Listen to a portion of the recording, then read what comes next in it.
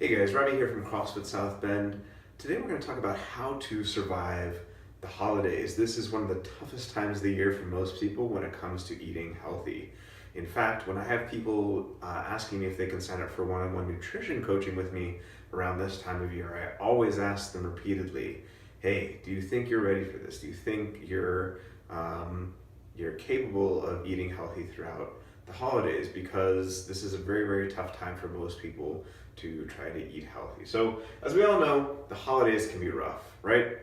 And as we all know as well, people gain a steady amount of weight once they graduate from high school or college.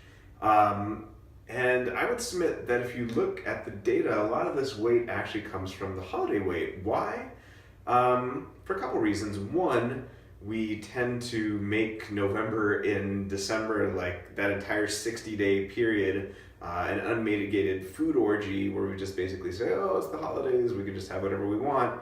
And then worse, compounding it is the fact that we say, well, we'll burn it off in January, and then if you look at the statistics on New Year's resolutions and how many people stick with them, it's not so great, not so great. So, let's say someone gains 12 pounds over the holidays and, they burn off 4 or 6 during the New Year, maybe that's going to be a net gain of 6 to 8 pounds. And if you multiply that over years and years and years, it's going to add up. Now, of course, there are other times of year where people can gain weight that eventually sticks on, but the holidays are a major contributor. So I want to bring up something that I think is incredibly important to point out, and I think, when you hear it, you'll think, wow, that sounds obvious, but a lot of people don't think of it this way, and I think it's really, really important to make this point because it will,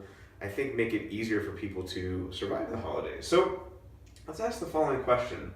Is it really the holidays themselves, the specific holidays, that are causing these issues? And I would submit that the answer is no. I feel fairly confident in saying, I haven't done a double-blind placebo-controlled study on this, I haven't done a historical analysis, but I feel very, very, very confident in saying the following. No one ever got fat, sick, or diabetic from eating whatever they want on Halloween the day of, Thanksgiving the day of, and Christmas the day of. I'll tell you what, even throw Christmas Eve in there, the day of.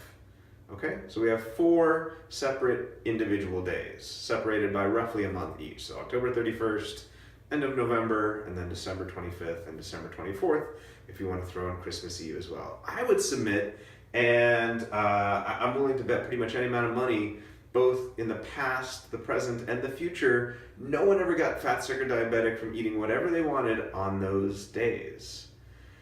It's not those single days that cause the issue. It's what we do the rest of the time. It's the fact that we are eating, fast food and processed foods the rest of the time. It's the fact that we basically, as soon as Halloween is over from November 1st until the end of the year, we make it again into this unmitigated food orgy. Well, oh man, someone brought donuts to work, or they brought truffles, or they brought Christmas cookies, but it's 2 weeks before Christmas. Well, I gotta have those, right? And there's this holiday party.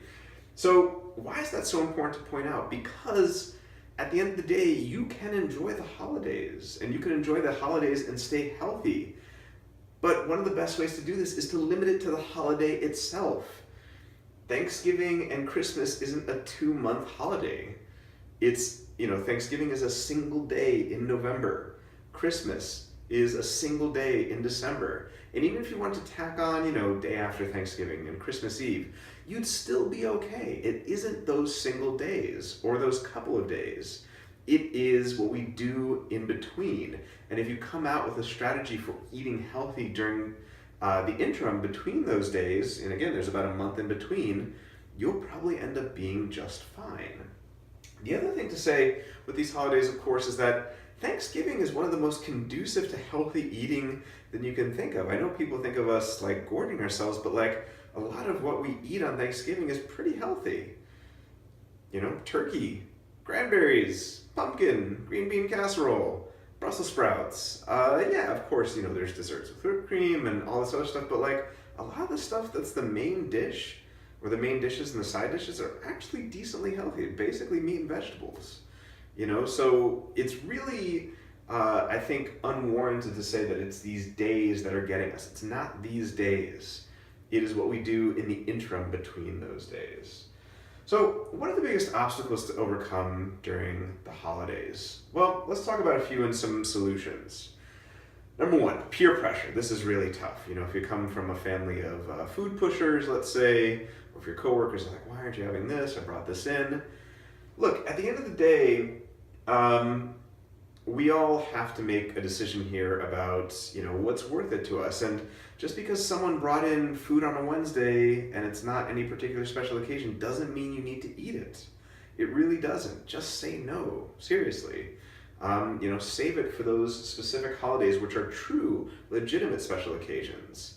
A random weekday is not a special occasion. Christmas or Thanksgiving, celebrating with your family, is a special occasion. So that's one set of ways to deal with it. Another set of ways to deal with it that I mentioned to a lot of people I coach with that I think is useful to do throughout the year, but you can do it for the holidays as well, is make a schedule and stick to it. Actually write down the list of days where you want to have whatever it is you want to have during those months. So probably is something like Halloween, Thanksgiving, Christmas, something to that effect. There could be a birthday in there or something like that. But generally, those are going to be the single days that you're going to want to have something. So if you make that schedule and say, well, I can have whatever I want on those days, you're going to be much more likely to stick to it and to be healthy those other days. What's another big obstacle? Good food. Some of the best food of the year comes around this time, either because families are prepping it or, Starbucks has, its particular hot chocolate and drinks and all the rest of this stuff and cookies and cakes and candy and all the rest of it. A really important question that can help you, survive the holidays here is, do you really want it? I would submit, and I know this is the case for me and a lot of people I work with through nutrition coaching, a lot of the times we just eat it because it's there. Ask yourself, do you really want that hot chocolate? Is it really something that you truly and deeply want? Or is it just something that happens to be there? If you're going to have something that's off plan, make sure that it's something that you really, truly enjoy. If it's just something you're like, I'm just going to eat it because I'm out, or I'm going to eat it because other people are eating it, that's just not worth it. Okay? So do you really want it? Shorter days. When the sun isn't out for as long, it makes it harder to resist temptation because we're all kind of feeling a little bit grumpy that the sun's not out and it's cold. So what can you do to mitigate that? Well, getting some extra sleep, making sure that you're going to sleep earlier, getting off your cell phone and your iPad, getting some exercise in. Both of these things will do a lot to balance your hunger hormones and your blood sugar regulation hormones, so you'll have fewer cravings. If you're not exercising at all and you're getting crappy amounts of sleep, that's going to make it all the more difficult to avoid having these foods that are tempting. Now, if all else fails, just remember the following two things. I'm a health coach, I'm a nutrition coach. I really do fundamentally believe that healthy eating is one of the keys to a happy life. And we want to do this the vast majority of the time. That being said, I've done many other videos touting this idea, and I truly and fundamentally believe it. There is more to life than health. Now, is that an excuse to make November 1st to December 31st an unmitigated food orgy? No, it's not. That's taking it to an extreme. But at the same time, you don't need to be the person on Thanksgiving and Christmas, unless, of course, you have an autoimmune disease or some other chronic health condition, who doesn't have dessert or something like that. You can, for those days, if it's just those single days, you should be okay. There's more to life than health. And at the end of the day, if you, in an effort to be healthier by avoiding certain foods, you A, stress yourself out, or B, don't have as much of a connection with your family and friends, that itself is going to contribute to your ill health. So there's more to life than health. And then lastly, come join us in January for not just CrossFit, our fundamentals beginners class, but for the whole 90. our 90-day nutrition challenge. If you have tried doing New Year's resolutions in years past and they didn't work, it's probably because you tried to do a detox or a cleanse or reduce your calories to 800 or 1,000 or something else that was just ridiculously low.